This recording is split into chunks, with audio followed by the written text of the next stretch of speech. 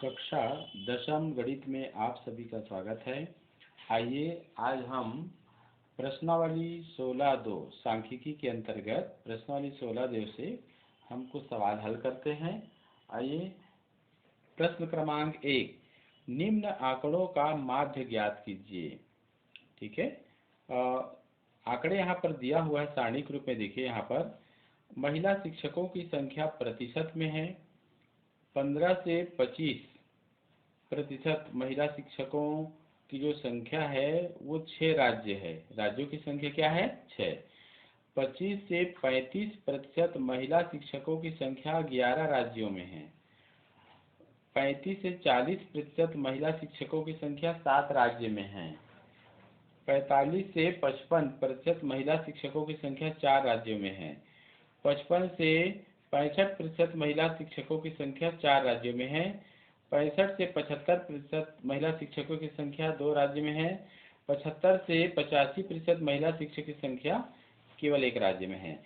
इस तालिका के आधार पर महिला शिक्षकों के बारे में 5 निष्कर्ष भी लिखना है हमको। ध्यान दीजिए, हमारे पास जो यहाँ पर आंकड़े हैं वह वर्गीकृत आंकड़े हैं। वर्गीकृत अर्थात यहाँ पर देखिए वर्ग अंतराल के रूप में यहाँ पर महिला शिक्षकों का प्रतिशत दिया हुआ है। जैसे यहाँ पर देखिए, इसको पहले वर्गांतर या वर्ग अंतराल बोलते हैं, जो कि 15 से 25 है। ध्यान दीजिए, यहाँ पर ये निम्न सीमा कहेंगे, किसी वर्गांतर का निम्न सीमा हो गया, और ये किसी वर्गांतर का क्या हो गया? उच्च सीमा हो गया। ठीक है ना। तो इस प्रकार से वर्ग अंतराल के रूप में दिया हुआ है, तो इसको हमको ध्यान में रखना है। तो यहाँ पर और भी देखना है कि माध्य को समांतर माध्य अथवा औसत के रूप में भी जाना जाता है। और माध्य, इस प्रकार के प्रश्नों में माध्य ज्ञात करने के लिए हमें निम्नलिखित तालिका को बनानी होगी। आइए हम माध्य ज्ञात करने के लिए तालिका बनाते हैं। तो माध्य हेतु तालिका। ठीक है, तो आइए तालिका बनाते हैं। आइए माध्य हेतु तालिका, हम इस प्रकार एक तालिका बना लेंगे। ध्यान दीजिए, चूँकि ये वर्ग अंतराल इसमें के रूप में दिया हुआ है, वर्गीकृत आंकड़े हैं, तो यहाँ पर हमको ये चर x का मान यहाँ प्राप्त नहीं होगा, और इसके लिए हमको एक मध्य बिंदु लेना होगा x i के रूप में। x यानी ये चर राशि, ठीक है। यहाँ पर और दूसरे इसमें रहेगा राज्यों की संख्या fi, ये बारंबारता है। और चौथे जो इसमें कॉलम में देखिए fi और xi का गुणनफल है। आइए देखते हैं किस प्रकार ज्ञात करते हैं उसको।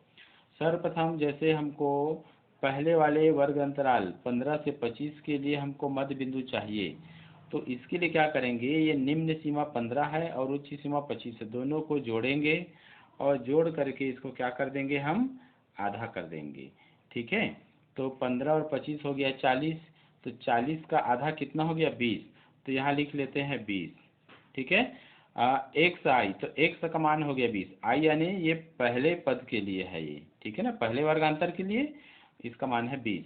आइए दूसरे के लिए देखते हैं, 25 से 35, तो इन दोनों को जोड़ करके आधा करेंगे। तो आधा करेंगे तो 25 और 35 जोड़ेंगे तो कितना हो गया? इसका आधा हो जाएगा कितना? ये 60 हो जाएगा। दोनों को जोड़ेंगे तो इसका आधा हो जाएगा कितना? 30। इसी प्रकार आपको सभी को निम्न सीमा उच्च सीमा को जोड़ते जाना है, जोड़ के आधा करेंगे। ठीक है, और यहाँ लिखेंगे मध्य बिंदु में। आप एक दूसरा तरीका आप ऐसे भी अपना सकते हैं, क्योंकि इनमें उच्च सीमा और निम्न सीमा में अंतर 10 का है। ठीक है, देखिए सब में ही 10 का अंतर है।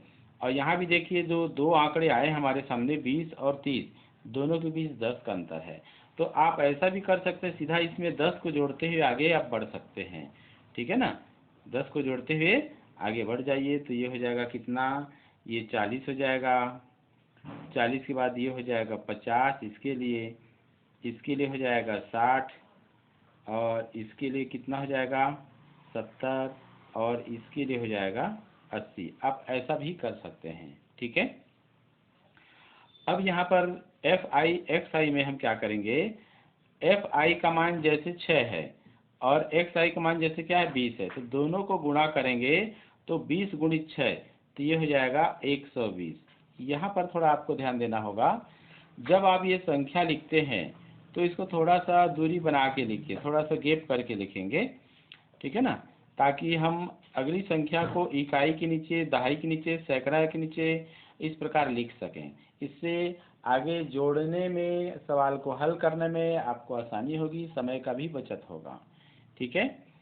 तो अब यहाँ पर 30 गुणित 11 करेंगे तो 11 तिया 33, ये देखिए 330 हो गया। इकाई के नीचे इकाई है, दहाई के नीचे दहाई है, सैकड़ा के नीचे सैकड़ा। 40 गुणित 7 280 हो गया, ऐसे। 50 गुणित 4 ये हो गया 200। 60 गुणित 4 ये हो गया 240। 70 गुणित 2 140 हो गया। 80 गुणित 1 80 हो गया। तो ये देखिए, इस प्रकार आप क्रम से लिखेंगे, ठीक है। और क्रम से लिखेंगे तो आपको भी आसानी होगा, अलग से आपको रफ कार्य की आवश्यकता नहीं होगी, आप यहीं पर जोड़ सकते हैं। अब देखिए एफ आई इंटू एक्स आई, इन सबका आपको योग करना है। तो देखिए एक यूनानी अक्षर होता है इस प्रकार से, ये यूनानी अक्षर है जो योग के लिए, सबमेशन के लिए प्रयुक्त किया जाता है। अब जैसे हम सब इन सबको जोड़ना है, सभी पदों को जोड़ना है, तो कौन से पद हैं, एफ आई एक्स आई, यहाँ लिख देंगे एफ आई इंटू एक्स आई, इन सभी पदों को जोड़िए। तो इसके लिए होता है इस प्रकार के चिन्ह का प्रयोग करते हैं, इस चिन्ह को बोलते हैं सिग्मा, ठीक है ना। तो सिग्मा एफ आई एक्स आई बराबर हो जाएगा, आइए जोड़ते हैं, तो ये 0 हो गया। आप इसके बाद इसको जोड़ कर देखिए, 3 और 2 5, 8 5 13, 13 और 4 17, 17 और 4 21, 21 और 8 29, 29 की हो गया 9 और हासिल 2 हो गया। तो देखिए 3 और 1 4, 4 और 2 6, 6 2 8, 8 और 2 10, 10 और 1 11, 11 और हासिल 2 कितना 13। तो ये इस प्रकार से 1390 आया। आप राज्यों की संख्या बारंबारता एफ आई को भी जोड़ते हैं, तो इसको लिख देंगे सिग्मा एफ आई बराबर, इन सब को जोड़िए। 11 और 6 हो गया कितना 17, 17 और 7 को जोड़ कर देखिए तो कितना हो गया 25, कितना 24 हो गया, कितना हो गया 24, 24 और 4 28, 28 और 4 32, 32 और 2 34 और 1 35। इस प्रकार से समस्त बारंबारताओं का योग हो गया सिग्मा एफ आई बराबर 35। अब हमको समांतर माध्य निकालना है। तो समांतर माध्य निकालने के लिए हमारे पास एक सूत्र है, इसलिए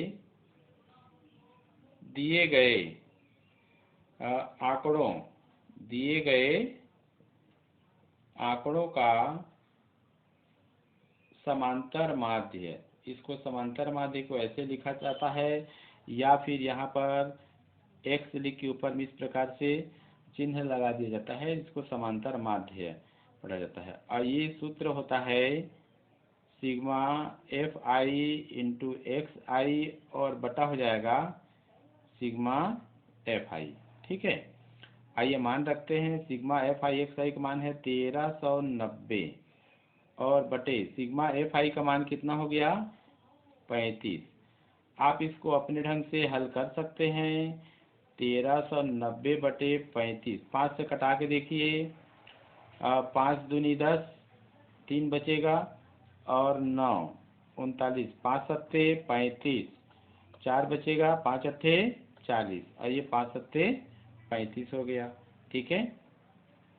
अब ये पूरा चूंकि भाग जाएगा नहीं, तो 278 में 7 का भाग कर दीजिए। तो जैसे शुरू में देंगे तो 7 या 21, 27 में 21 गया 6 बचेगा 68, फिर 7 या 63 हो जाएगा, तो उसमें से घटाएंगे तो कितना 5, और उसके बाद फिर 0 50 होगा तो 7 सत्ते 49, तो ये 39.7 आएगा। तो इस प्रकार से क्या कह सकते हैं हम, 39.7 ये दिए गए, ठीक है ना, ये दिए गए आंकड़ों का माध्य है, ठीक है ना। इस प्रकार से हम यहाँ पर इसको लिख सकते हैं उत्तर करके। तो ये उत्तर हो गया। अब यहाँ पर प्रश्न का अगला चरण क्या कहता है, इस तालिका के आधार पे महिला शिक्षकों के बारे में 5 निष्कर्ष भी लिखिए। अब देखिए यहाँ पर तालिका बना हुआ है, इस तालिका को देख करके तो आप भी निष्कर्ष बता सकते हैं। ध्यान से सुनेंगे निष्कर्ष क्या है। जैसे पहला निष्कर्ष, ध्यान दीजिए, पहला निष्कर्ष आप क्या कह सकते हैं, इसको देखिए कि 75 से 85, इस पॉइंट को देखिए, 75 से 85% महिला शिक्षकों की संख्या वाले राज्य कितने हैं, 1 हैं। अर्थात एक राज्य ऐसा है जिसमें सर्वाधिक महिला शिक्षकों की संख्या है, जो 75 से 85% तक है। ये आपका पहला पॉइंट हो गया।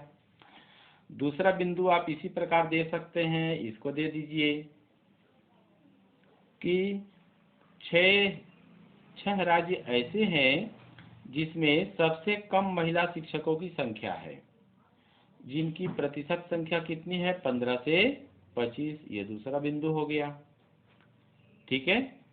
आप एक और दे सकते हैं इसमें कि दो राज्य ऐसे हैं, तीसरा पॉइंट में दे सकते हैं, 2 राज्य ऐसे हैं जिसमें महिला शिक्षकों की संख्या 65 से 75% तक है। तो ये आपका दूसरा पॉइंट हो गया, ठीक है। इसी प्रकार आप अपने हिसाब से निष्कर्ष इस सारणी को देख करके निकाल सकते हैं, ठीक है। तो ये 3 बिंदु तो मैंने बताया है, 2 बिंदु आप इसी प्रकार से लिख सकते हैं।